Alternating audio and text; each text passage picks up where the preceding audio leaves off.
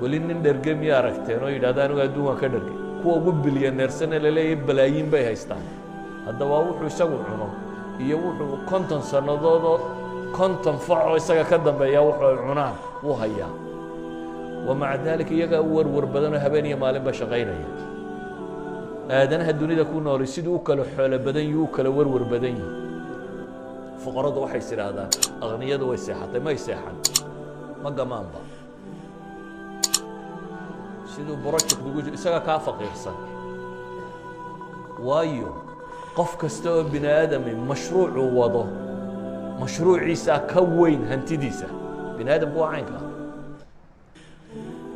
ka kun haystaa $1 ka haystaa mashruuc 10 kun ku jira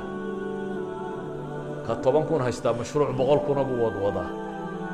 ka 1 milyan haystaa mashruuc 100 milyan idan qof bini aadam wixiisu wax ku wada waa yariye ولذلك siday u kala hanti badantay u kala baahi badantay hadana dunida ku nool ambiyadu si ay wax u saxdo waxay wadaagayeen inay aakhira ka door bidaan adduunka dadka lumay waxa lagu leeyahay bal tu'thiruna alhayata ad-dunya wal aakhiratu khayrun wa abqa